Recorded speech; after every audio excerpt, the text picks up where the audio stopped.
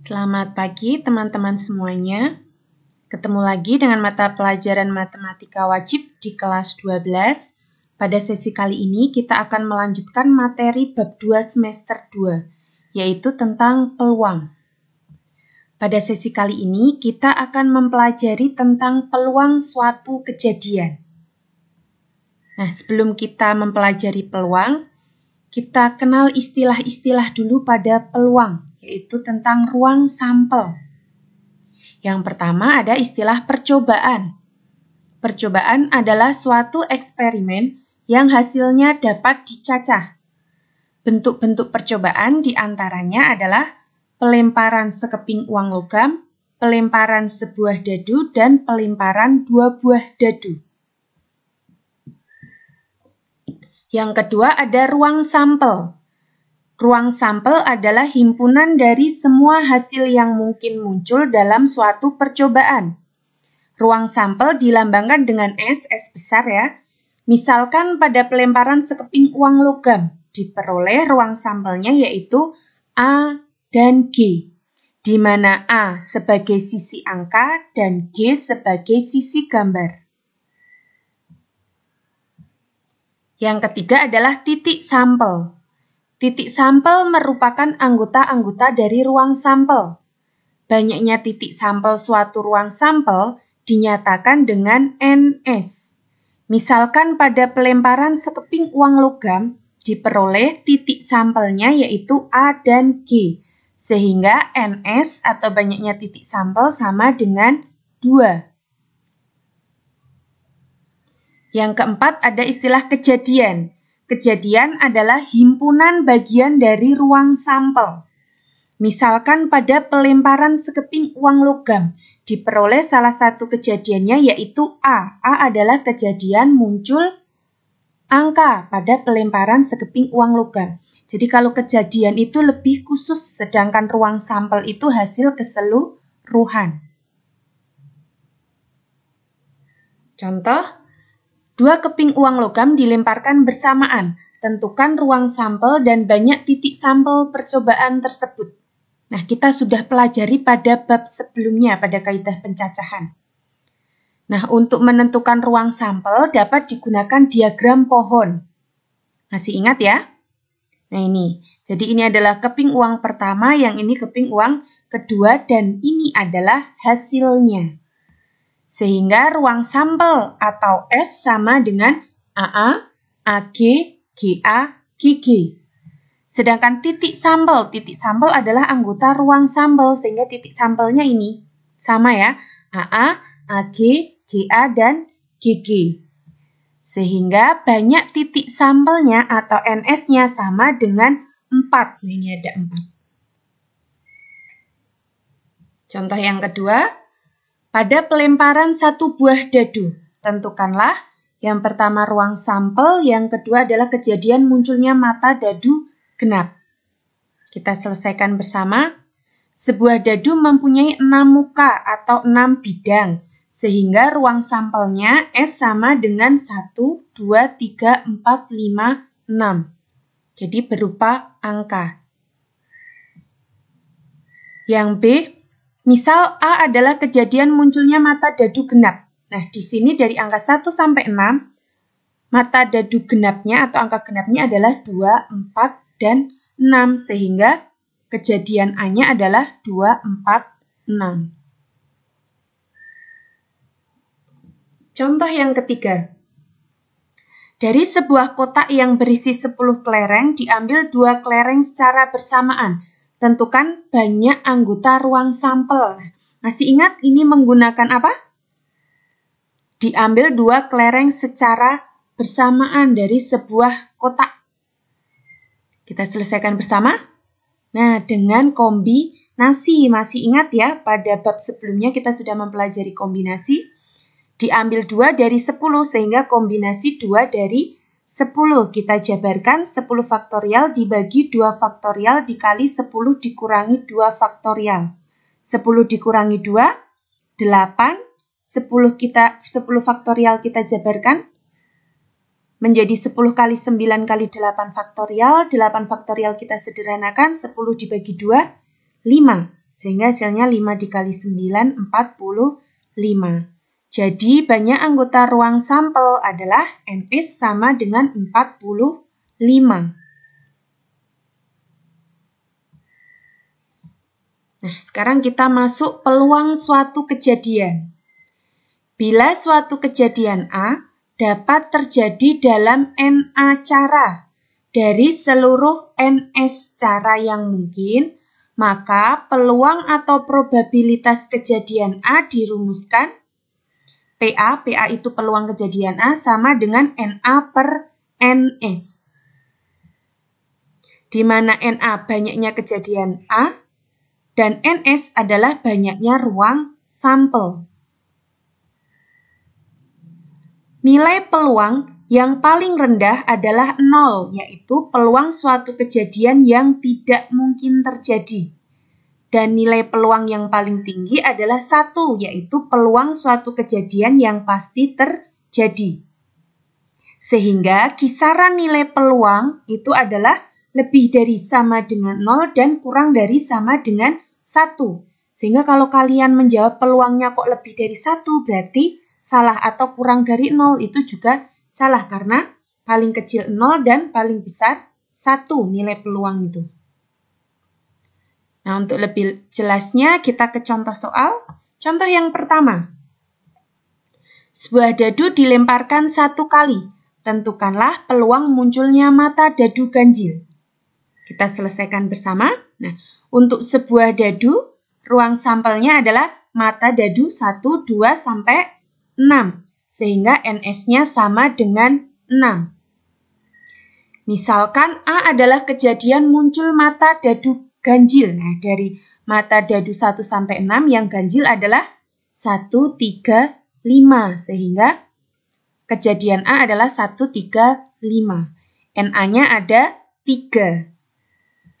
Sehingga peluang kejadian A sama dengan NA per NS, NA-nya 3, NS-nya 6. 3 per 6 atau setengah.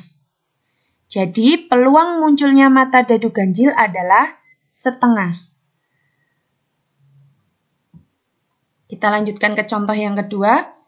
3 buah mata uang logam dilemparkan bersama. Tentukan peluang muncul A 1 gambar, B minimal 2 angka. Kita selesaikan. Kita cari ruang sampelnya dulu. Nah, untuk mencari ruang sampel, silahkan kalian menggunakan diagram pohon. Dulu di materi sebelumnya atau bab sebelumnya sudah mencari ruang sampel. Jadi ruang sampelnya ini ya.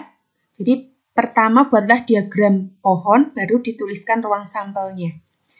NS-nya ada 8. Yang pertama, kita cari A. Misal A adalah kejadian muncul 1 gambar. Nah, dari ruang sampel tadi, kejadian muncul 1 gambar adalah AAG, AGA, GAA, sehingga NA ada 3. Nah, peluang kejadian A sama dengan NA per NS. Berarti NA-nya 3, NS-nya tadi ada 8. Jadi, peluang muncul 1 gambar adalah 3 per 8. Yang kedua, B. Misal B adalah kejadian muncul minimal 2 angka. Kalau minimal 2 angka, berarti semua angka boleh atau tidak? Ya, boleh ya. Jadi, kejadian B adalah AAA semuanya angka, AAG, AGA, dan GAA, sehingga NB ada 4.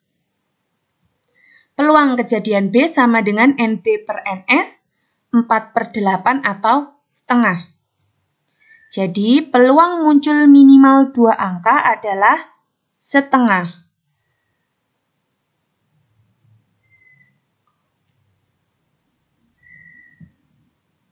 Kita lanjutkan contoh yang ketiga. 3 bola diambil dari kotak yang berisi 17 bola, yang terdiri dari 5 bola merah, 8 bola hitam, dan sisanya putih. Tentukan peluang ketiga bola yang terambil. Yang A, ketiganya bola putih, B, 2 bola hitam, dan 1 bola merah. Masih ingat ya, mengambil bola dari dalam kotak secara acak menggunakan permutasi atau kombinasi? Ya, jadi kita menggunakan kombinasi. Kita selesaikan bersama. Di sini sisanya putih, berarti nanti putih diperoleh dari 17 dikurangi 5, 12 dikurangi 8, 4. Jadi sisanya putih ada 4 bola putih ya. Pertama kita cari NS-nya dulu. Nah, dari 17 bola diambil 3 bola. Mengambil 3 dari 17 sehingga NS-nya adalah kombinasi 3 dari 17 yaitu 17 faktorial dibagi 3 faktorial dikali 17 dikurangi 3 faktorial. 17 dikurangi 3, 14 faktorial. 17 faktorial kita jabarkan sampai 14 faktorial. Kemudian kita sederhanakan hasilnya adalah 680.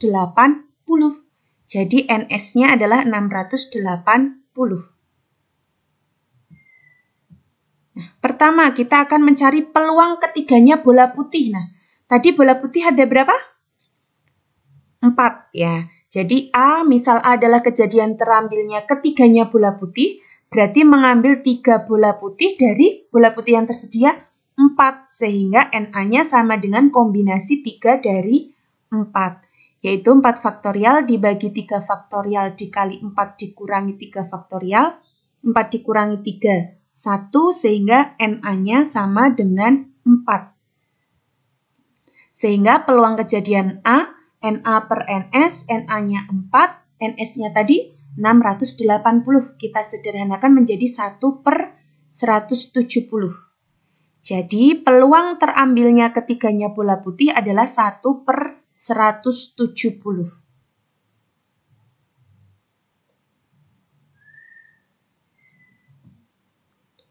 Yang B, kita akan mencari peluang 2 bola hitam dan 1 bola merah.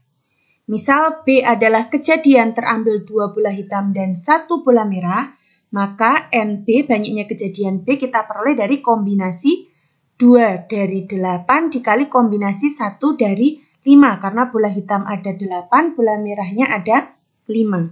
Kemudian kita jabarkan kombinasi 2 dari 8. 8 faktorial dibagi 2 faktorial dikali 8 dikurangi 2 faktorial. Sedangkan kombinasi 1 dari 5, 5 faktorial dibagi 1 faktorial dikali 5 dikurangi 1 faktorial.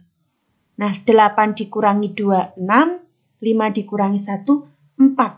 Nah, kita jabarkan sehingga diperoleh NB-nya adalah 140. Sehingga peluang kejadian B sama dengan NB per NS sama dengan 140 dibagi 680. Kita sederhanakan menjadi 7 per 34. Nah, jadi peluang terambilnya 2 bola hitam dan 1 bola merah adalah 7 per 34.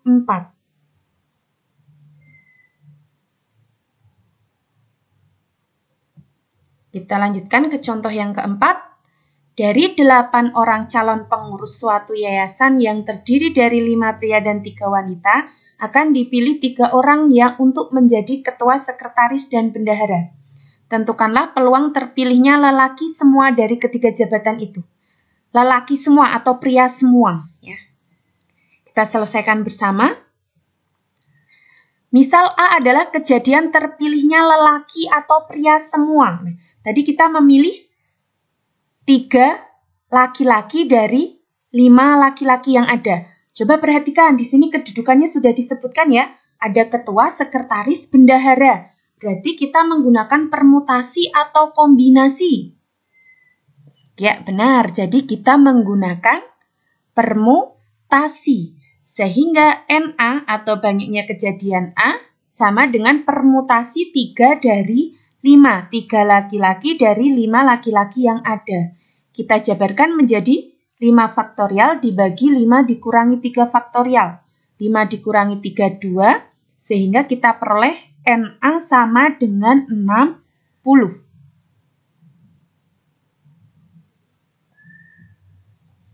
Kemudian, jumlah calon berarti ada 5 ditambah 3 sama dengan 8. Dari 8 orang dipilih 3 orang untuk menjadi ketua, sekretaris, dan bendahara. Sehingga NS atau banyaknya titik sampel adalah permutasi 3 dari 8, yaitu 8 faktorial dibagi 8 dikurangi 3 faktorial. 8 dikurangi 3, 5. Kita jabarkan sehingga diperoleh NS sama dengan 336. Nah, sehingga peluang kejadian A sama dengan NA per NS sama dengan 60 dibagi 336. Kita sederhanakan sama dengan 5 dibagi 28. Nah, jadi peluang terpilihnya lelaki atau pria semua dari ketiga jabatan tersebut adalah 5 per 28. Mudah ya?